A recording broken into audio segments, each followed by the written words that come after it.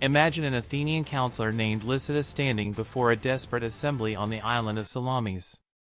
He raises a trembling hand and offers a logical suggestion: perhaps they should simply listen to the Persian peace offer. The crowd does not boo. They do not debate. Instead, the other counselors surround him and stone him to death on the floor of the chamber. When the women of Athens hear the commotion, they rush to Lycidas' house, drag his wife and children into the street, and stone them to death as well. This was not a scene from a horror movie, this was the reality of 479 BC. The Greeks were homeless, traumatized, and done with diplomacy. The 300 Spartans at Thermopylae were dead, Athens was a smoking ruin, and the only language left was violence. This zero-tolerance mindset set the stage for the final showdown at the Battle of Plataea, the story of how the Greeks stopped being victims and became butchers. The murder of Lycidas proved that the Greeks were cornered. King Xerxes had left, but he left behind General Mardonius, a shark far more dangerous than the king. Mardonius camped in Boeotia with 300,000 of the empire's deadliest professionals, holding a knife to the throat of Greece. He burned Athens a second time just to prove he could, turning the city into a graveyard of broken stone. The Athenians, pushed to the brink, sent a threat to Sparta: march now, or our navy joins Persia. It was the wake-up call of the century. In a single night, the Spartan war machine kicked into gear. They emptied their city, sending 5,000 elite Spartiates and 35,000 armed Helot slaves. When this massive column of 45,000 men vanished north, the hunt had officially begun.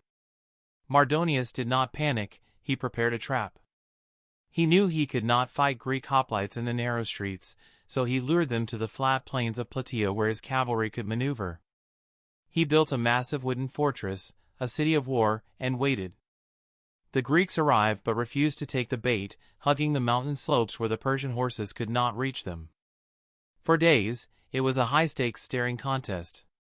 Mardonius, growing impatient, poisoned the Greeks' only water source and cut their supply lines.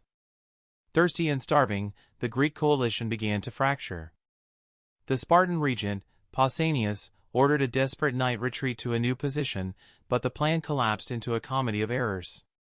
One stubborn Spartan captain refused to move, claiming retreat was dishonorable, while the rest of the army disintegrated into confusion.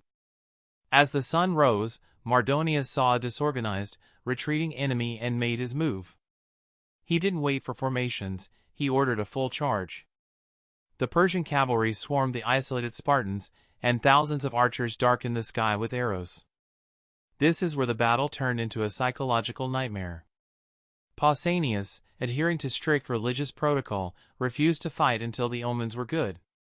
For an hour, the Spartans knelt behind their shields, dying passively under a storm of arrows while their general inspected goat livers. Men screamed in frustration, dying without striking a blow. Finally, the omens shifted. Pausanias raised his spear, and the statues came to life. The Spartans didn't just walk, they exploded into the Persian line like a dam bursting. The collision was the sound of wood shattering against bronze. The Persians fought with the ferocity of lions, grabbing Spartan spears with bare hands, but courage cannot defeat physics. They wore linen and scales, the Spartans wore bronze. The Greek machine ground forward, stepping over corpses, turning the battlefield into a meat grinder. They targeted Mardonius, who fought bravely on a white horse, until a Spartan named Ernestos crushed the general's skull with a rock. With their head cut off, the Persian army died. Leaderless and terrified, they routed back to their wooden fortress, trapping themselves in a cage with a tiger. The Greeks breached the walls and the battle became an extermination. They slaughtered nearly everyone inside, turning the mud into a sludge of blood. When the screaming stopped, Pausanias walked into Mardonius' tent, a palace of silk and gold. He ordered the captured chefs to prepare a Persian feast, then ordered his cooks to make Spartan black broth. Placing the meals side by side, he laughed, mocking the folly of a king who had everything yet came to rob those who had nothing. It was a moment of profound irony that would define Western identity, the contrast between Eastern luxury and Western austerity. But the victory carried a poison. As Pausanias stared at the gold, something inside him broke. The man who saved Western civilization became addicted to the taste of power. He returned home not as a hero, but as a man corrupted by the very enemy he had destroyed.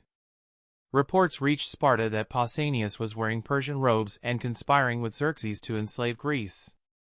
The savior had become a traitor. When the authorities came to arrest him, Pausanias fled into a temple for sanctuary. Unable to kill him on holy ground, the Spartans bricked up the doors to starve him to death. Legend says his own mother placed the first stone, choosing the honor of Sparta over the life of her son.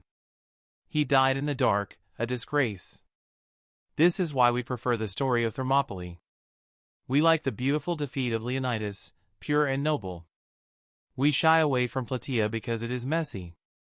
The hero becomes a villain, the victory leads to imperialism, and the good guys commit war crimes. But we must not forget the truth. Thermopylae was a symbol, but Plataea was the salvation. On those dusty plains, 10,000 Spartans looked the apocalypse in the eye and didn't blink. They proved that a free people fighting for their existence could break a superpower. It was brutal, savage, and necessary. So when you remember the 300 who died, remember the 10,000 who killed. Remember the vengeance, the victory, and the terrible price of survival. If you believe these dark truths deserve to be told, subscribe now. History is not just about heroes, it is about the blood they spilled to become them.